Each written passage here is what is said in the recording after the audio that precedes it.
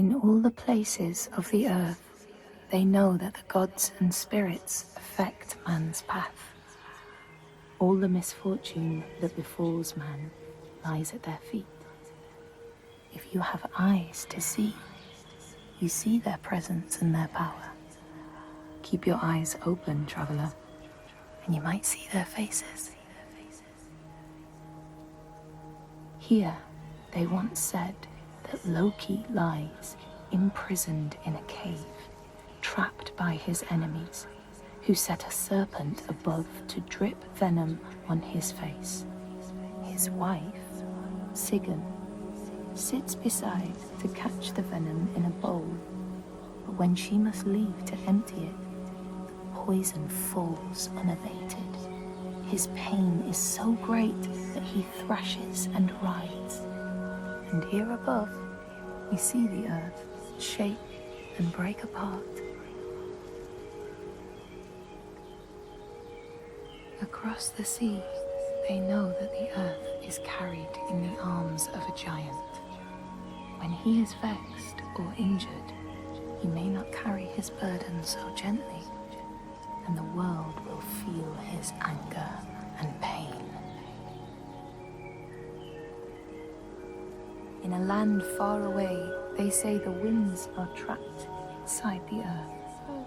They try always to make their escape, and they buffet and beat on the walls of their prison, causing the earth to quiver. And when they break through, they make their escape. They explode out in fury. In the lands of your birth, people live hidden too, in the hills and stones. They may be the remnants of a godly race who lost a war with giants and, finding the world changed, retreated into silence. But you still see their carvings and circles from the time when they walked among men.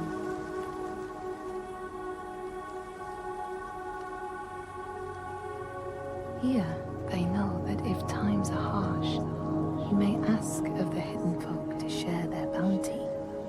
And if you are strong and wise and good, they may hear your plea and send you aid. But if you are not, or if you do not respect the strictures they lay down, you might have your strife doubled.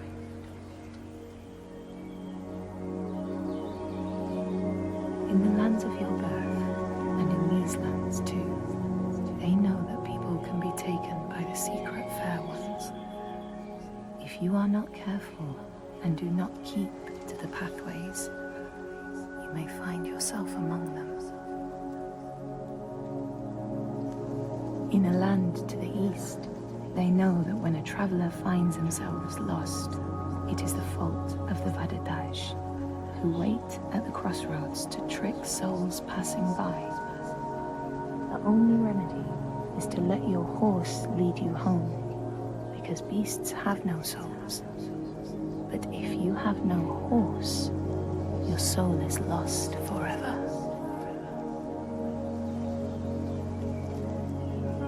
In this place, they know that sometimes the hidden folk will take their children and leave another in their place.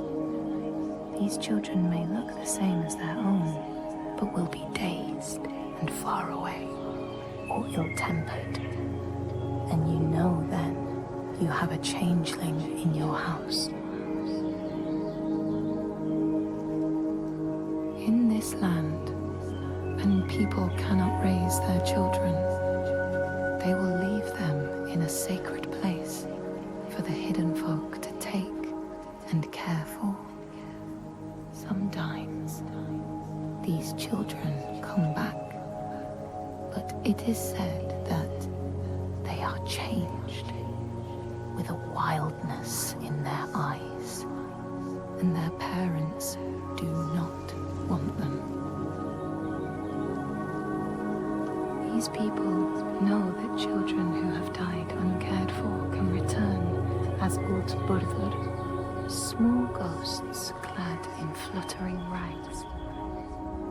When there are are storms, they may cry as they did when they were human, and will look for their mothers until they find them, and never leave them again. In this land, you may catch sight of the Landdísir, the spirits who embody the sacred places, the rivers and rocks. Do you see the Lady of the Mountain, the Fiat Kunan, who bathes in the waterfall and lets the drops fall on her shoulders? In the heart of the Northlands, they know the storms are born of the Oshkuredi, the hunt of Odin. The huntsmen ride horses with eyes of fire. Their weapons clash like thunder, and it is best to hide inside, lest your spirit be called to join them. In your lands, traveler, they know that the Kailif, the hag of winter, is the one who hurls sleet and snow upon the land. She lives in a sea rock and rules the waves of the roiling winter ocean with her blackthorn staff. She strikes the ground to destroy the shoots of growing green, so the winter will lie long and low on the land. These people know that the sea god, Ran, sets out nets to trap sailors and drag them to her world. She sends the waves, her daughters, to wreck boats so she will have more men to take. And jealously, she pulls them down beneath the water. People here speak of warriors who can transform themselves into bears when they are enraged. Their skin becomes hide so thick, no sword or spear can break it. When King Hrolfr fought Skald, many people saw a great bear fighting beside him, who killed more men with its paw than any 5 soldiers. Men here will tell of how Jarl Hakon worshipped the giant Thorgerða and sought her aid in the middle of battle when the tide was turning against him. Fleeing to an island, he pleaded with her for aid. She demanded a sacrifice. She rejected all of his offerings until he, at last, killed his own son in sacrifice. Thorgerða gave aid, and Hakon's enemies saw the giants striding amongst the ships, arrows flying from every finger and never missing their mark. Their morale was sapped, and Hakon won his battle.